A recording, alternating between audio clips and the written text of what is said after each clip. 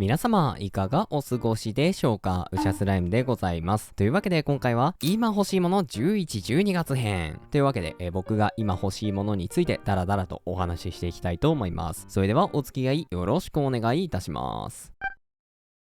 一つ目はこちらです。キークロン 90MAX。というわけで、こちらですね、見ていただいている通り、10キーですね。キーボード本体にはこの数字キーのみが搭載されているような、形状した、めちゃくちゃコンパクトサイズのキーボードっていう感じですね。しかもね、こちら、キークロンの9シリーズということなので、まあね、打鍵感もね、もうこだわり放題ですよ。そしてですね、こちらのキークロン 90MAX なんですが、やっぱ一番のね、大きな特徴はですね、なんとワイヤレスでね、使用することができるっていうところなんですね。こちらの10キーについてはね、こんな感じで、2.4GHz 接続。要するにこれ USB レシーバーでね、PC とこうワイヤレス接続をすることができるということなので、これめちゃくちゃね、取り回しいいですよね。僕は結構このコンパクトなキーボードをメインに据えて、その左側にこんな感じの10キーって数字キーだけがね、搭載されているキーボードを添えて原稿を書いたりする別添え10キースタイルというものが結構好きで、こんな感じでね、以前に動画を投稿したこともあるんですが、ただですね、現状の僕はですね、特にそういう10キーみたいなね、アイテムは、デスク上に用意してないんですよね。そんなわけでね、僕も以前ね、こんな感じの10キーをね、用意していたこともあって、こちらね、マイクロソフトナンバーパッドという Bluetooth でね、接続できる10キーだったんですが、ただですね、こちらの10キーについては結構薄型ということで、普段使用しているがっつりとしたね、メカニカルキーボードと比べて、ちょっとペチペチ感があって、あんまり入力してて気持ちよくないなとか、あとはこちら、Bluetooth 接続専用のね、アイテムになっているんですが、僕のデスクトップ PC はね、どうしてもね、この Bluetooth 接続がうまくいかない瞬間っていうのがあって、どんなにね、これ電源つけてスリープ状態から復帰しても使えなくて、結局もう一回ペアリングし直すみたいなこともね、多くて、テンションが上がらなくて、だったらこんなもん置かなくていいだろうってね、ちょっと思って、今はもう置いてなかったりするんですが、やっぱりね、10キーあると便利なんですよ。なので現状はですね、僕この普段ね、使っているこの分割型キーボードがあるんですが、この左側をですね、10キーモードみたいにして、数字入力専用レイヤーを作って、このキーボードの左側だけキーボードの横に添えて、使用したりするんですけれども、一方でこの分割型キーボードはね、普段お絵描きしたりするときの左手デバイスみたいな使い方をしているので、がっつりこうテンティングというものをしていて、普通のキーボードを打ちつつ、こっちでね、数字入力をするってなると、わかります？この手の移動距離がめちゃくちゃ多くて、そんなに快適でもないみたいな、結構ね、微妙な感じになってるんですよね。なので、最近の僕は天気欲しいなと天気いらないなのこの揺れ動きの中で言うと、結構天気欲しいなにね、寄っている時期なんですよね。そんなところでね、こちらのキークロン 90MAX なんですけれども、もちろんね、キークロンの9シリーズということで、僕がいつもね、原稿を書いたりするときに使うこのキークロン99プラスのね、横に添えても、かなり馴染むだろうというところもありますし、あとはワイヤレスですから、それこそね、がっつりこうお絵描きしたいなっていう時にはこのデスクの奥の方にピュってね、置いといてもいいし、そんなピュってね、置いといた先でもケーブルはいらないので、普通に数字入力はできるしということで、結構ね、便利そうなんですよね、この、2.4GHz 接続をできる10キーっていうのがね。はい。なのでね、ちょっと使ってみたいななんていう風にね、思いながら、見ていたりします。やっぱかっこいいよね。がっつりとね、これ金属ボディですから、重厚感もありそう。またですね、こちら、キークロン 90MAX については、最近のキークロンのね、キーボードが対応しているこのキークロンランチャーという VIA をね、ちょっとわかりやすくしたみたいな、ソフトウェアで、がっつりね、キーマッピングもできるので、それこそね、左手デバイスとして使うのもね、大いにありだと思います。こんな感じでね、数字キー以外にもね、縦5、横4みたいなね、このマクロキーもね、存在しているので、いろいろキー割り当てられそうですね。僕もね、結構この動画の概要欄にチャプターをつけたりする時があるんですけど、そういう時のね、数字入力がね、割とね、これ天気あったらめちゃくちゃいいなってね、思ったりしながらね、いつもやってるので、この新しいこの普通のキーボード入力をする時の天気というものを導入してみたいななんていう風にね、最近は結構思っています。二つ目はこちらです。センスラボクイッキーズリモート。というわけで、こちらはいわゆるね、左手デバイスなんてね、呼ばれたりするアイテムで、本体ね、いろんな機能を割り当てで使用することができるアイテムなんですが、これね、僕のね、液タブの縁に貼り付けて使用したいアイテムシリーズですね。というのも僕はね、普段こういう、液タブというアイテムをね、デスク上に置いていて、これでね、毎日こうお絵描きをしたりしてね、過ごしているんですけれども、この左手デバイスというアイテムについては、先ほどもね、言ったかもしれませんが、この分割型キーボードのこの左側だけですね。ここを接続してね、お絵描きソフトのね、キャンバスをもうがっつりね、操作したりしているんですが、そのお絵描きソフトの中でも、常に使うわけじゃないけれど、1日何回も使うよね、みたいな、ショートカットもね、あったりするじゃないですか。そういうアイテムについては、こんな感じでですね、液タブに、さらにね、左手デバイスを貼り付けて、ここに割り当てる、みたいなね、使い方をしてるんですよ。こうするとね、液タブの縁にね、貼り付いてるわけなので、デスク上にね、置く必要がないので、場所を取らなくてとってもね、いいんですよね。ただね、この液タブの縁に貼り付けるっていう行為、結構ね、なかなかシビアなところがあって、なんといってもね、液タブの縁って細いので、あまりにもね、これ横幅が長いと、うまくね、貼り付かないわけですよ。ちなみにこちら今貼り付けてるのは、ロジクール MX クリエイティブコンソールというものなんですが、横幅はこれ大体10センチぐらいあるんですね。なので、貼り付かないこともないし、剥がれ落ちることもないんですけど、ボタンを入力するとちょっとね、傾いてグニャってね、なったりするんですよね。なのでね、もうちょいなんか、ちょうどいいなんか貼り付けるね、アイテムを探してみてもいいかもなってね、考えてるんですが、そこへ登場するのはこちらのセンスラボクイッキーズリモートですね。こちらね、見ていただいている通り、横幅かなり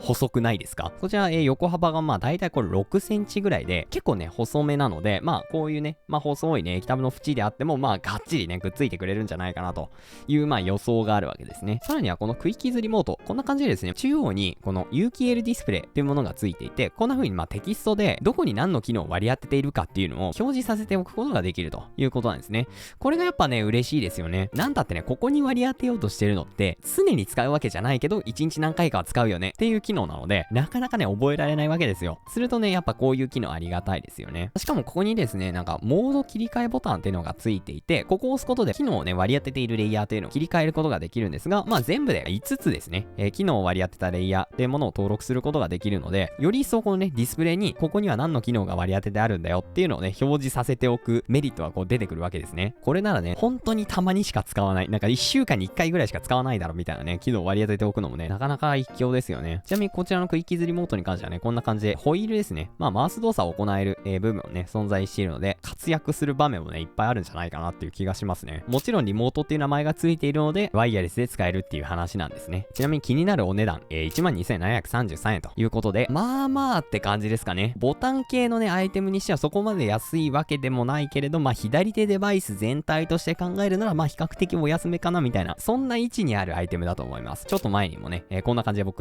左手デバイスをとにかく登場させまくる動画をね、投稿しておりますので、なんとなく価格感みたいなものはね、イメージはあるんですよね。ということでね、ちょっとね、これ気になるので、まずはなんか実物とかね、見られる機会が、なんかあったらいいなとか思いますね。いや、どうなんだろう。センスラボ、あんまり家電量販店で見たことないかもしれないですね。はい、ちょっとなんか探してみたいと思います。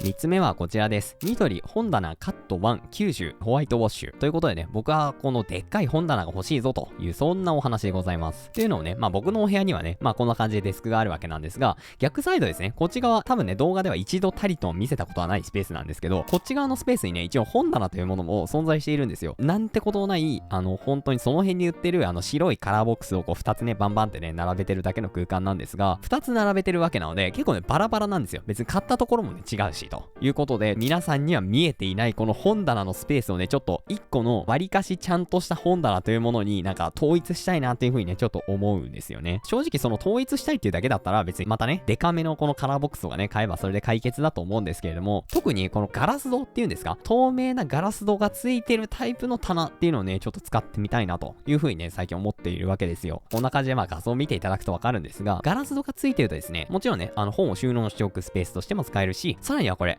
何かをこうディスプレイしておくこともね、できるわけですよ。もちろんね、キーボードをディスプレイしてもいいし、なんだったらね、僕の趣味のアイテム展示スペースにね、飾りきれなかった美少女フィギュアをね、飾ってもいいわけですよ。そんな感じで何かをこうディスプレイできる空間も兼ねられるような本棚っていうのをね、使いたいんですね。本棚が欲しいっていうのもありますけど、どっちかっていうとね、物をディスプレイできる空間を増やしたいっていうのはね、ちょっとありますね。ということで、ここからちょっとね、キモいオタクトークをね、してしまうので、キモいオタク苦手だよっていう方はね、ちょっとスキップしていただきたいんですけど、以前ね、デスクツアーをね、新しく投稿しまして、こちらでもね、ご紹介したんですが、僕の後ろにはですね、こんな感じで趣味のアイテム展示スペースが存在していて、ここにですね、美少女フィギュアというものをね、たくさんこうディスプレイしてね、私はすごい楽しんでいるわけですね。ただね、一つこれね、お伝えしなきゃいけないんですが、ここには飾っていないけれど、存在している美少女フィギュアというものも僕はね、持っています。というのもね、僕が基本的にね、購入する美少女フィギュアって、制服姿か、それに準ずる衣装をね、身にまとってるフィギュアなんですよ。それはなぜかというと、僕がとにかく制服が好きだからです。僕、お絵かきアカウントっていうのをね、持ってるんですけど、ここのね、イラスト見ていただくとね、全部制服姿なんですよね。ということで、基本的には、制服姿の美少女フィギュアなりをね、こう購入するわけで、後ろに並んでるのも、割かしそれに準ずるような、アイテムだったりするわけですね。で、そういうフィギュアの場合ね、要するに制服っぽい衣装のフィギュアですね。の場合って、実はこのね、結構木目調のアイテムとかなりね、親和性があるんですよ。今思い返してみれば、ね、学校には必ずこうね、木の床っていうものが存在していたわけで、学校の机なり椅子なりも木でできているものが多かったりするわけで、木目感のあるこのナチュラルな雰囲気と結構マッチするわけですよ。すると、僕の後ろに存在しているこの、趣味のアイテム展示スペースというもの、ここもですね、実はこれ木目のあるアイテムになっているので、まあ、ここに飾っておくと、すごいね、見栄えがしていいわけですよ。ところがですね、僕もね、たまにはね、こう、血迷うことがあって、制服ではないフィギュアをね、購入することもあるわけですよ。するとどうなるかっていうと、必ずしも木目感のあるアイテムと、合わないことがあるわけですね。特にね、こちら見てください。めちゃくちゃ白いね、ドレスをこう身にまとっているわけなんですが、そうなると、残念ながら、このね、木目感のある、背景とはあんまりね、マッチしません。なので、実は僕のこの趣味のアイテム展示スペースに飾っておくと、いまいちこうパッとしないというか、なんか活かしきれてないなみたいなね、ところがあるわけですよ。ただ、一方でね、僕のこのね、PC の逆サイドにある棚については、これ実は真っ白なね、アイテムになっているので、こっちの棚に飾っておくと、結構ね、これ、雰囲気いい感じになって見栄えがするんですよね。ということで、僕はね、なんたってこれ美少女フィギュアのためにですね、ディスプレイができるスペースでも、この木目感のある場所と真っ白なね、空間っていう、この2つをね、用意しておきたいなってね、思ったんですよ。そしたらね、より一層こういろんなね、フィギュアに対応することができて、僕の QOL も上がるだろうという、そういうお話なんですよね。ということなので、僕はこういう感じでですね、まあ、ガラス戸がついてて、何かをこうディスプレイするスペースにもできる、まあなんか棚みたいなもの欲しいなと思って、まあ探してるんですよね。そしてね、まあもちろんね、このニトリのね、棚だけじゃなくて、他のアイテムも探したりしてて、それこそね、こんな感じで、まあ有名なのはこれ IKEA のビリーっていうね、まあ本棚ですよね。こちらのアイテムでもまあいいかなというふうにもね、思うんですが、実はこっちのIKEA の方がね、31,919円ということで結構安いんですよね。ただ、正直僕はこの家具の類ですね、めっちゃでかいし、これ、本棚とかね、家具の類をね、多分直接お店に行って買いに行くことはなくて、おそらくこれね、買うとなったら、配送をね、依頼することになるわけですよ。まあ、IKEA の場合、このデカめの家具ですね、これ買うと、基本的にはね、送料がまあ、プラス1万円ぐらいかかるわけですね。はい。まあ一応ね、ここになんか4万5千円以上購入すると、なんか無料になるとか書いてありますけど、プラス1万5千円で何か欲しいものもないしなって思うわけですよ。そうなると、一方でね、このニトリのね、通販については、1万1000円以上買うとこれ送料無料になるので、ニトリの本棚と、まあ IKEA の本棚、まあ比べたら、まあ正直値段そこまで変わんないかなというところではありますね。まあちょっとこっちの方が若干ね、おしゃれな雰囲気はなくはないですけど、ただね、まあニトリの家具の方が割かし組み立てたりとかするときになんか我々に親切なんじゃないかなっていうね、IKEA のね、家具の説明書ってマジでね、もう説明不足のオンパレードでね、結構ね、迷いますからね。まあこっちの方がなんか自分で作るってなったらいいかなっていう風には、現状ね、思っています。今すぐ買わなきゃいけないわけでもないのでね、まあもうちょっとね、本棚探してみようかなっていう風には、思っています。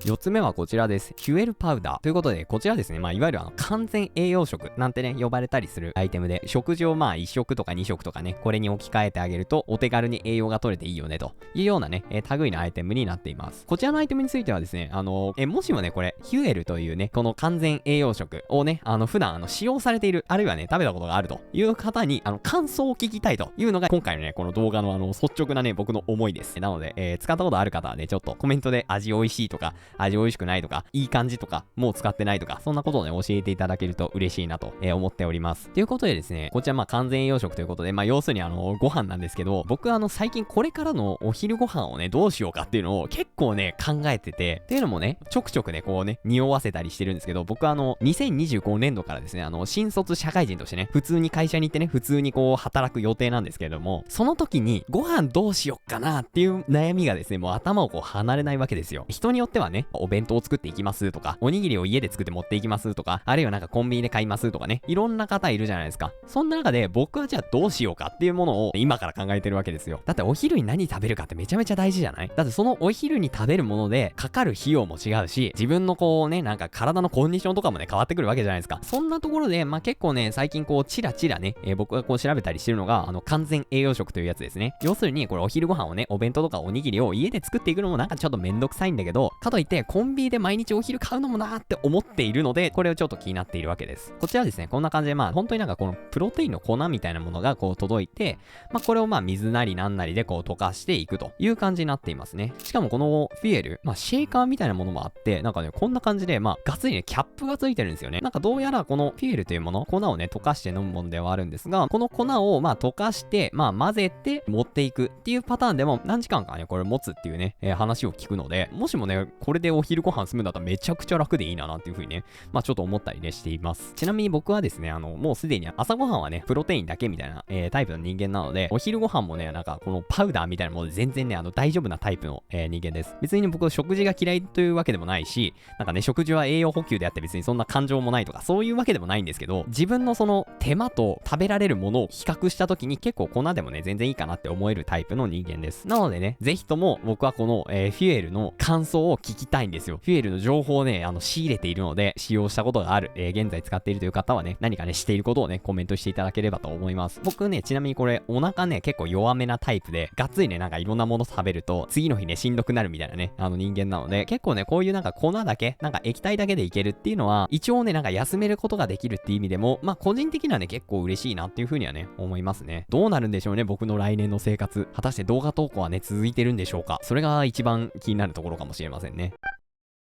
続いてはこちらです。FIO BT11 ということで、こちらはトランスミッターと呼ばれるタイプのアイテムで、Bluetooth イヤホンやね、ヘッドホンなどを接続するためのアイテムっていう感じですね。こんな感じで PC やスマホなどの、タイプ C 端子にこうぶっ刺してあげると、FIO BT11 を通して、Bluetooth イヤホンやヘッドホンを接続することができるようになるっていうアイテムです。もちろんね、これ僕がね、どうやって使いたいかっていうと、僕はこの iPhone にね、ぶっ刺したいわけですよ。別にね、iPhone 自体にもね、Bluetooth 機能というものは搭載されているわけで、別に Bluetooth イヤホンね、使いたいなって思ったら、全然接続できるわけなんですけれども、ここにね、この BT11 というアイテムを装着してね、こう過ごしていきたいなというふうに思っているわけですよ。というのもね、何ヶ月か前にメインのスマホ、お出かけ用スマホというものをこちらの、iPhone にね、乗り換えたんですけれども、実は iPhone って Bluetooth のコーデックというものが、SBC と AAC っていうこの2つになっているんですよね。なので、いわゆるね、最近の LDAC とか aptX Adaptive とか、そういったコーデックには対応していないので、普通に Bluetooth イヤホンなどを使うと、結構ね、性能を持て余してしまう、力を引き出しきれないみたいなね、ことがあるわけですよ。それこそね、最近僕この、ファイナルの ZE8000 っていうね、イヤホンを